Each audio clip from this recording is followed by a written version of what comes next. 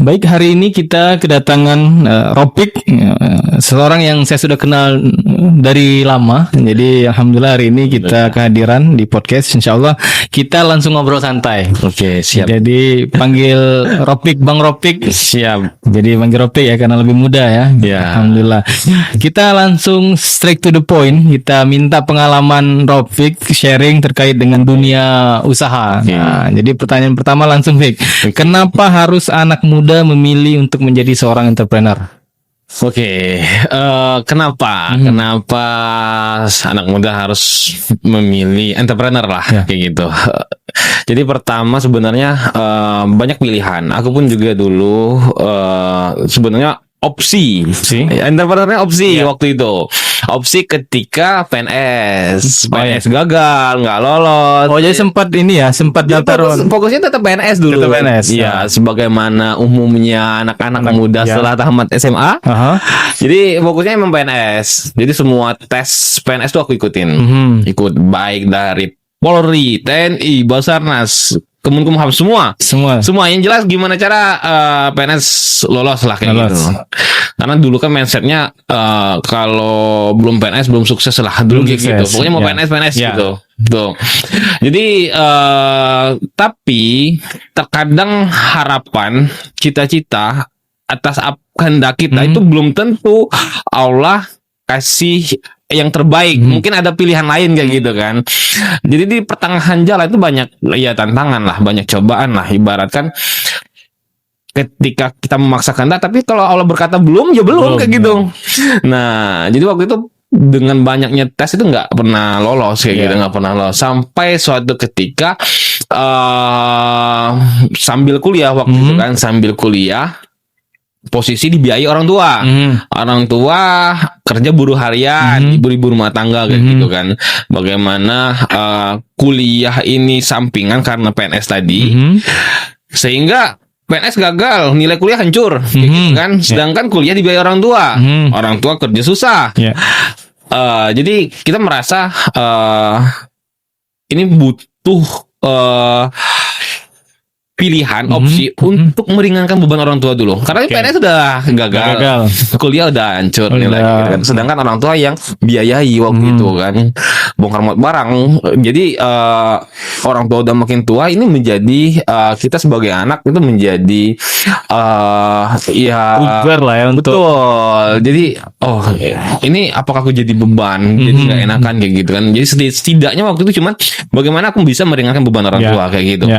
Jadi makanya teman-teman segimanapun teman-teman mau bercita-cita apapun itu silakan kayak gitu, tapi jangan lupa siapkan opsi kedua kayak gitu. Plan B ya. Iya, siapkan ketika ini gagal apa sih yang harus aku lakukan lagi. Nah, jadi aku waktu itu milih entrepreneur usaha kayak gitu kan.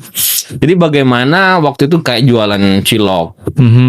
Jadi tergulung. Kalau kita list pernah jual cilok, betul. Terus telur gulung, terus pikiran itu kaki lima. Ya, kayak martabak telur, kayak kulit lumpia gitu. Nah, cuman itu tujuannya setelah itu karena aku kuliah berhenti, kemudian PNS gagal, aku jualan kayak gitu, sekedar untuk meringankan beban orang tua, biar ibaratkan nilai udah hancur. Tapi waktu itu masih kuliah ya, waktu jualan posisi itu. Waktu itu cuti ya. Cuti 1 tahun. Jadi cuti 1 tahun untuk jualan. Fokus ke jualan ini. Iya, fokus ke jualan. Dan setelah itu seiring berjalan dengan banyaknya ujian kayak gitu, setidaknya waktu itu bisa meringankan walaupun sebenarnya orang tua kecewa karena sementara kecewa karena udah biayain kuliah tapi malah tidak dilanjutkan. Nah, jadi ini sangat penting teman-teman untuk mempersiapkan hal-hal itu. Jadi kenapa entrepreneur ini sangat bagus lah, ibaratkan untuk anak-anak muda. Jadi kita punya persiapan. Pertama itu persiapan setelah cita-cita kita tak tercapai. Tapi yang kedua, ini emang bisa dijadikan pilihan kayak gitu. Pilihan ketika kita emang mau dalam artian kata kita fokus ya. Mau fokus. Jadi ini emang untuk jangka panjang sangat-sangat bagus kayak gitu. Asal kita tadi bertahan, konsisten dan siap Berarti untuk ini, cobaannya.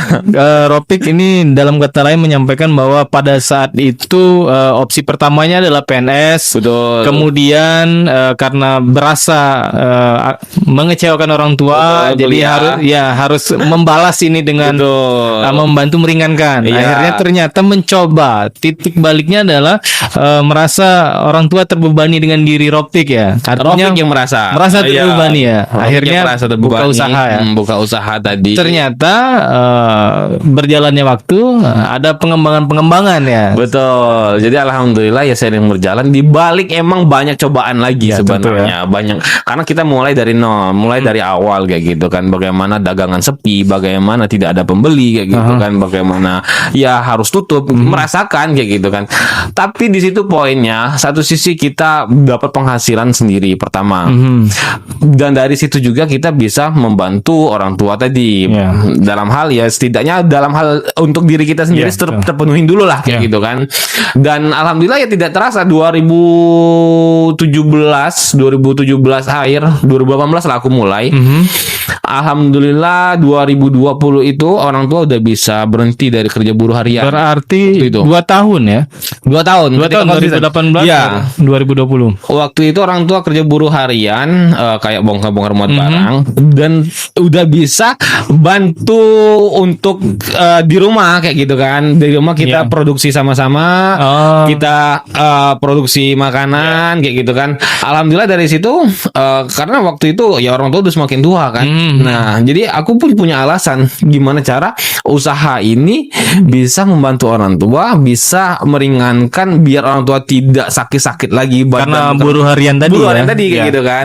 Sehingga alhamdulillah 2018 mulai 2020 tuh alhamdulillah orang tua udah bisa berhenti dari pekerjaannya, kemudian membantu di rumah. Membantu dari usaha yang ada gitu. Ini berarti kalau ininya berarti ini bukan pewaris ya, perintis ya. Alhamdulillah perintis. gitu. Ya, jadi teman-teman nih bocoran nih.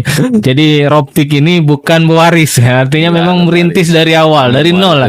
Bahkan dari minus nol, dari di bawah mungkin ya. Bisa ada jadi. bisa mungkin pinjam. Iya. Pinjam sempat pinjam nggak? Bisa pinjam ke orang tua duit buat mulai usaha tuh. Betul. Jadi emang pertama itu paling 500.000. 500.000 itu duit siapa tuh? Dari orang tua juga. Ada orang tua. Iya 500.000 itulah yang kita mulai untuk buat produk. Kemudian kita ya seadanya lah kayak gitu kan. Yang penting bisa produksi. Kita kemas pakai kemasan plastik bening gitu kan yang masih pakai dilem pakai lilin gitu. Dikasih stiker kertas di staples. Nah itu sementara itulah yang kita jual-jual. Dari situlah kita kemudian ya perlahan kita putar kayak gitu. Ini kita ada produk nih di depan ini, teman-teman. Ini Twiri. Kalau tadi kan di awal itu berbicara tentang cilok, kemudian ada apa dadar telur dan lain-lain kan. Nah, ini kemudian beralih ke kerupuk Twiri ini gimana ceritanya? Nah, karena cilok sama kerupuk Twiri ini kan berbeda. Betul. Nah, ini gimana nih transisinya tiba-tiba ke kerupuk Twiri? Jadi emang waktu aku cuti itu emang yang aku pikirkan pertama apa yang ada di kisaran kita.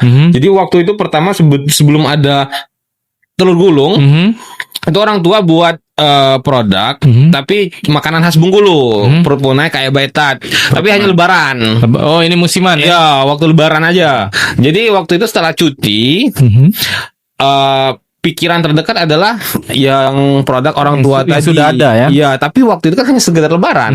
Nah, waktu itulah buat setelah aku cuti, aku ajak orang tua untuk coba kita pasarin harian. Kita kemas, kita jadikan oleh-oleh sama baitan. Enggak waktu lebaran aja, tapi setelah harian-harian itu bisa dibeli juga. Waktu itu awalnya. Nah, tapi karena perputaran lama. Perputaran lama itu kan karena ini sistem titip tuh. Expire kita yang tanggung, enggak dapat uang. Betul. Dan perputaran lama. Makanya aku pikir buka telur gulung tadi, cilok tadi yang emang penjualannya harian. Berarti ini flashback ini, teman-teman. Ternyata bukan telur gulung duluan. Betul. Ternyata ini perpunai sama apa tadi baitat ya. Baitat tadi. Baru karena dia musiman lama penjualan karena sistem titip. Mau yang harian. Yang harian tadi kan langsung orang beli, bayar, makan kayak gitu kan. Betul. Nah, telur gulung tadi. Tapi sering berjalan. Ya karena pembelajaran lah. Jadi ini pokoknya tutup lah. Tergulung tutup, cilok tadi tutup gitu kan. Dan akhirnya aku pilih untuk fokus ke produk kemasan tadi, produk oleh-oleh tadi. Dari situlah perlahan aku perbaikin perizinan kemasan kayak gitu. Akhirnya di tahun 2019 itu kita ada kompetisi bisnis waktu itu. 2019 sebelum ya? saya cuti. Sebelum saya cuti itu ada kompetisi bisnis mengenai pemanfaatan limbah, pemanfaatan hal terpakai yang ada di Bengkulu agar mempunyai nilai jual, nilai guna. Nah, dari situ awal mula Tuiri, tulang ikan tenggiri, kerupuk tulang ikan tenggiri ini ada.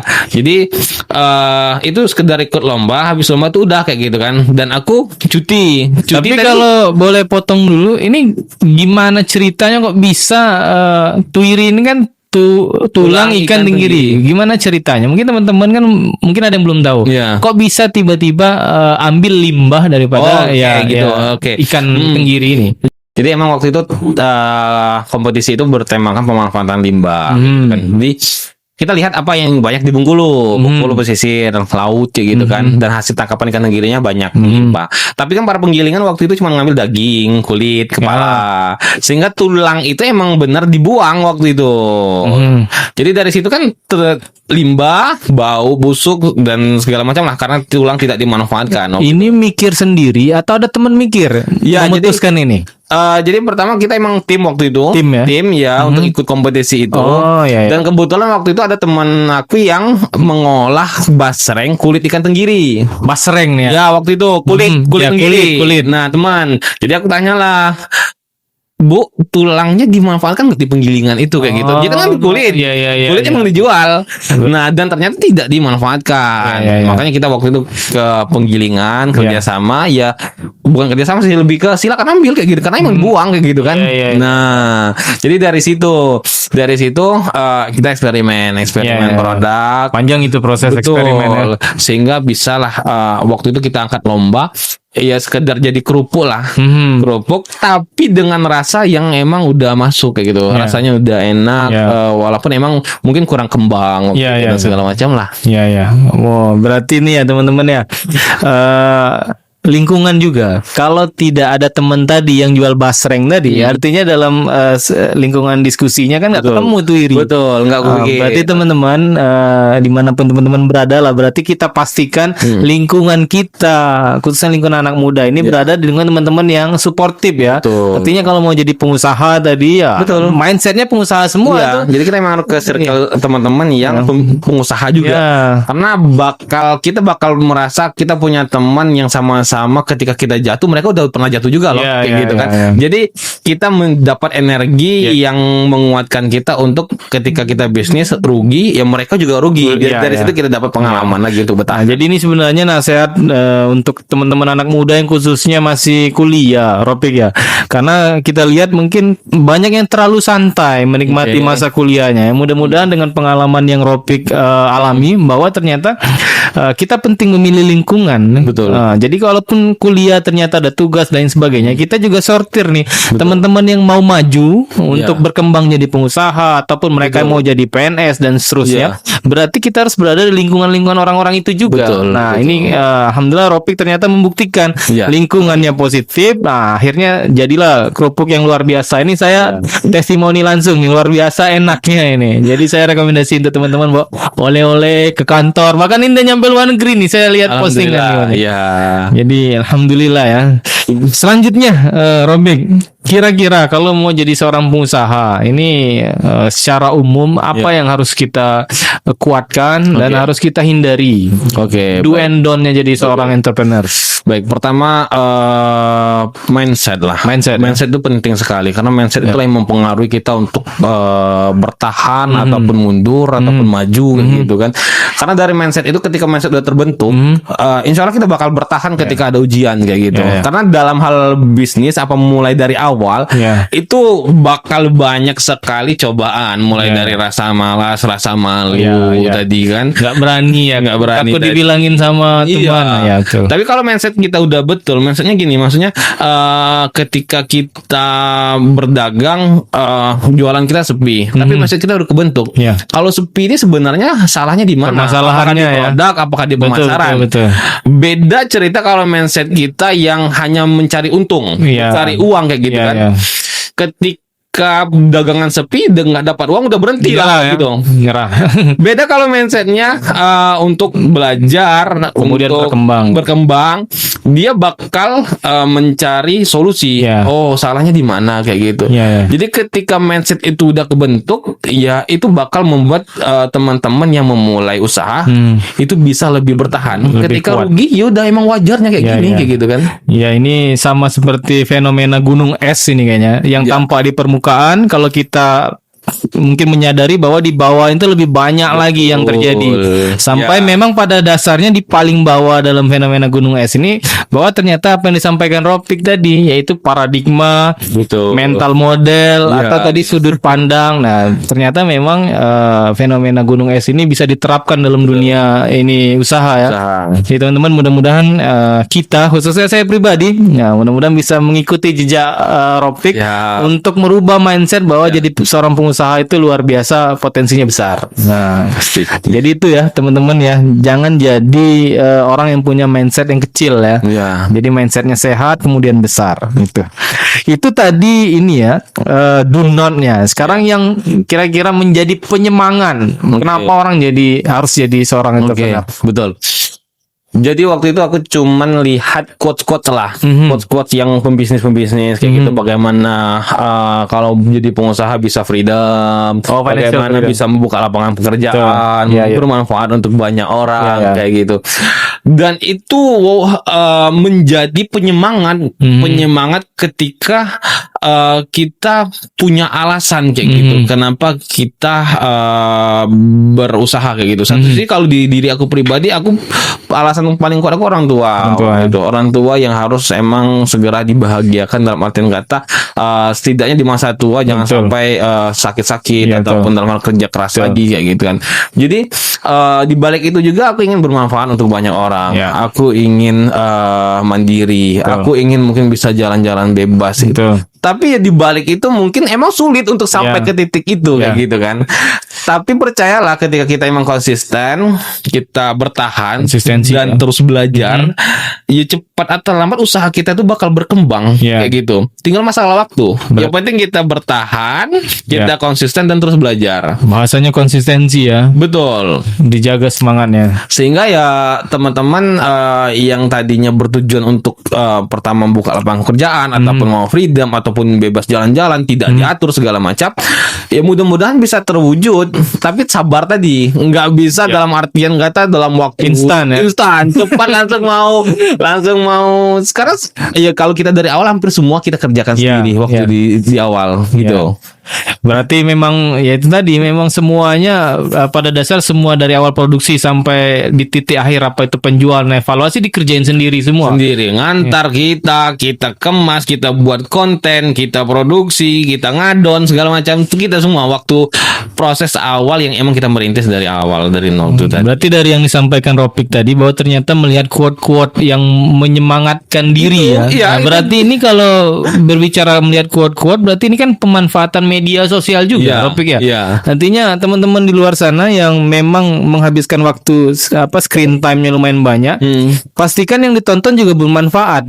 Kalau memang mau jadi seorang pengusaha ya tontonannya persentase tertingginya mengenai usaha. Nah, jadi teman-teman ini dilihat apa namanya, persentase yang dibuka ketika TikTok itu, ini tentang misalnya usaha, ini tentang ini. Tapi kalau ternyata banyak tontonan yang tanda kutip tidak tidak fokus, kaitannya. ya tidak ada kaitannya dengan apa yang ingin kita kerjakan. Nah ini harus dievaluasi nih, Betul. teman-teman.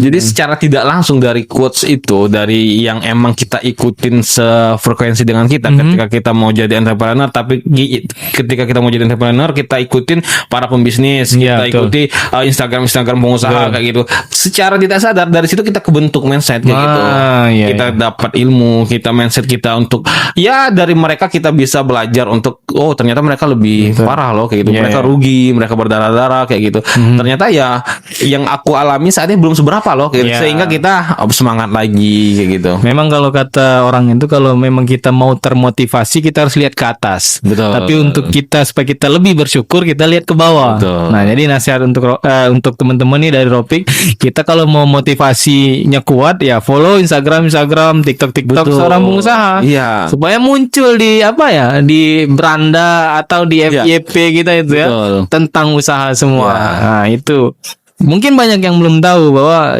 mungkin teman-teman yang ingin jadi pengusaha jangan ragu untuk follow seorang pengusaha yang lainnya kan. Iya, Nah, itu betul. nasihatnya. Jangan ragu, nanti terlalu banyak yang saya follow ini kan. Enggak. Follow aja kan, banyak ilmu ya. Karena dari situ kita belajar karena mereka udah melalui lebih dulu kayak gitu. Ya, betul. Jadi jangan terlalu takut teman-teman kalau follower kita lebih sedikit daripada following. Iya. Itu kadang anak-anak muda tuh nanti saya nggak mau lah dia nggak follow back segala macam. Jangan. Artinya di follow aja tentang apapun Betul, tentang karena usaha. kita butuh ilmunya, kita butuh pembelajarannya. Kadang dari situ mereka kadang bercerita melalui postingannya, captionnya, bagaimana pengalaman. Dari situlah karena kita mau mengambil kelebihan yang udah dia lalui lebih dulu gitu. Nah, kalau ngomong tentang media ini, walaupun kayaknya kita nggak ada pertanyaan tentang itu, kita coba kasih masukan ke teman-teman yang dengar. Itu bagaimana Ropik menyikapi perkembangan media sosial, kemudian perkembangan teknologi terkait dengan digitalisasi ini ke produk-produk yang ini nggak hanya Twiri, saya dengar kan, ada Twiri, kemudian ada Mi 1 meter, kemudian produk-produk lain. Itu gimana menyikapi dunia yang sudah serba digital kan? Iya. Jadi mau tak mau kita emang harus beradaptasi. Mau tak mau. Jadi dari dulu pun aku kayak dulu TikTok diremehkan. Tapi mau nggak mau, maksudnya yang diremehkan itu ya ketika perihal joget-jogetnya lah kayak gitu. Ini nggak bakal berkembang apa sih joget-jogetnya. Tapi ternyata TikTok beralih kayak gitu, beralih dengan kebutuhan orang banyak beli dari TikTok, banyak FYP dari TikTok sehingga usaha kita banyak orang tahu dari TikTok kayak gitu kan. Jadi maksudnya aku pun dulu meremehkan hal-hal kayak gitu, tapi nyatanya kita tidak bisa. Ketika perkembangan zaman, perkembangan digital itu semakin maju, dari kita juga harus ikut berkembang kayak gitu. Berihal dari dulu Facebook, ke Instagram, ke TikTok kayak gitu. Jadi digitalisasi itu kalau kita dalam dunia usaha itu bagaimana kita mau memperluas pasar, berarti kita beradaptasi juga. Seiring sejalan ya. Betul. Jadi dikatakan ya perkembangan digital sangat penting untuk teman-teman beradaptasi lah.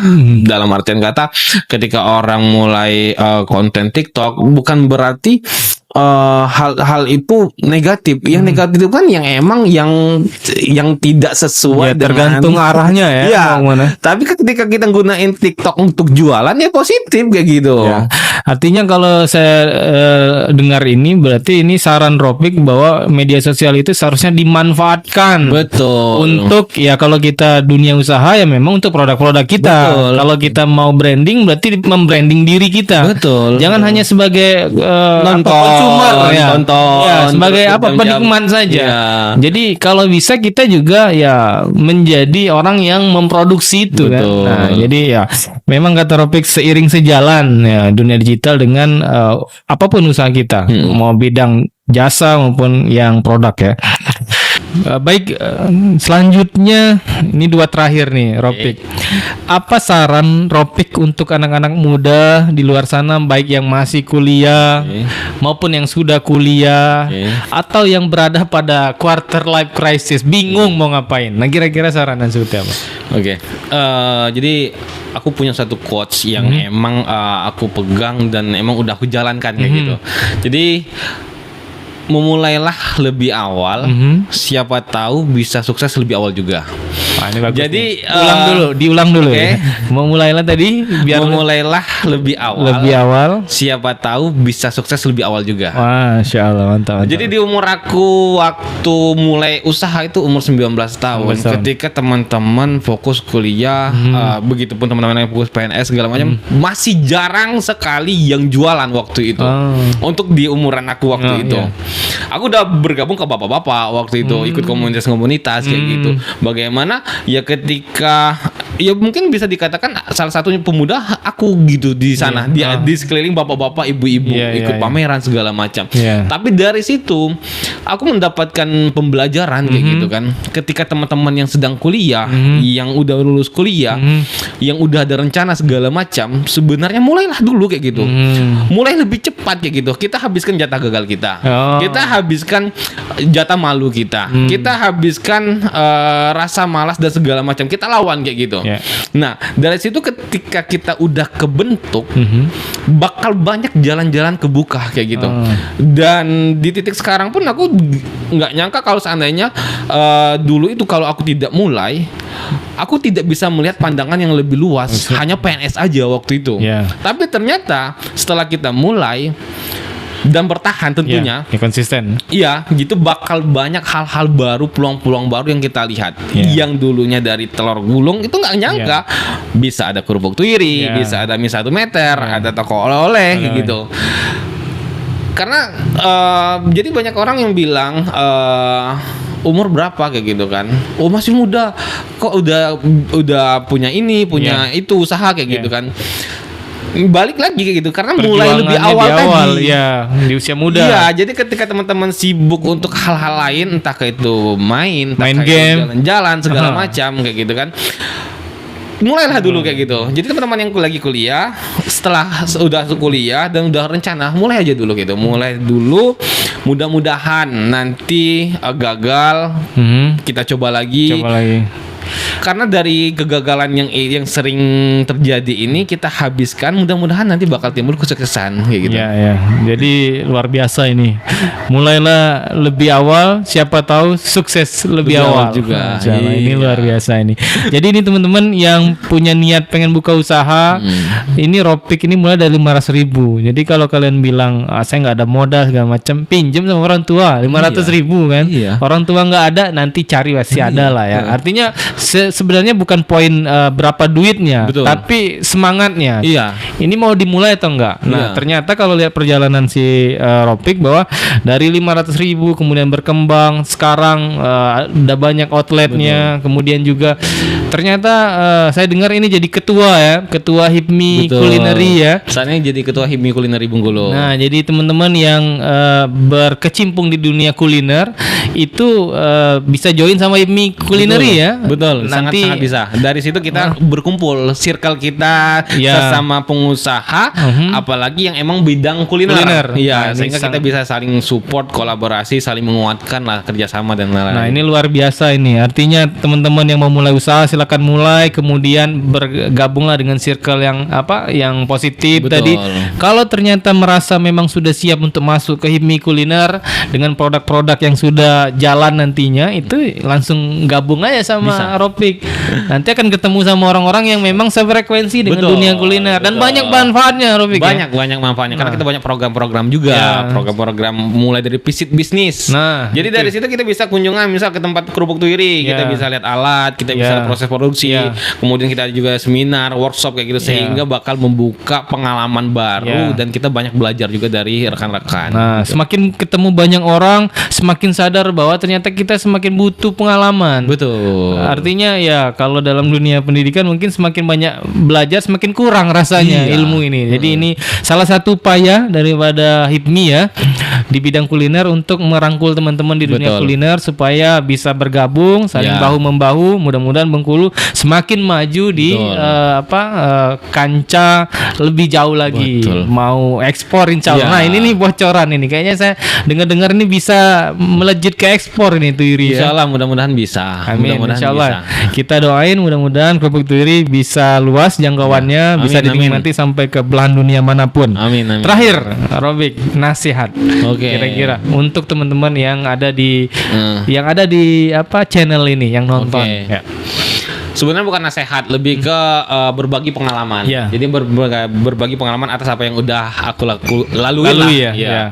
Jadi untuk teman-teman yang emang siapa tahu mau mulai bisnis ataupun udah jalan kayak gitu. Yang jelas pertama adalah jangan lupa bertahan. Itu dulu.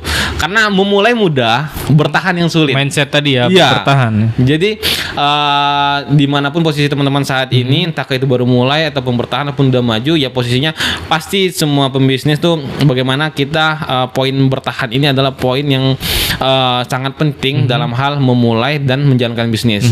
Jadi paling pesan dari saya untuk teman-teman pemuda Bengkulu yang mau mulai ataupun udah jalan usaha, jangan lupa kita sama-sama bertahan dulu. Bertahan untuk ketika jualan sepi, bertahan ketika mulai pudar semangat. Gitu. Insya Allah selagi kita bertahan dan terus belajar, semua bakal semakin baik. Tinggal lagi masalah waktu. Yang penting kita bertahan dulu, kita terus belajar. Nah, jadi paling itu.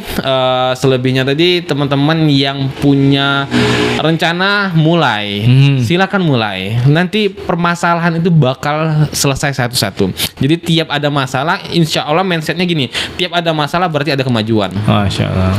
Jadi silakan teman-teman mulai, jangan hanya rencana, mulai, ada masalah selesaikan, mudah-mudahan nanti bakal banyak kemajuan yang ada di depan. Baik, Masya Allah. Mulai, bertahan, belajar. Betul. Sukses. Amin. Masya Allah.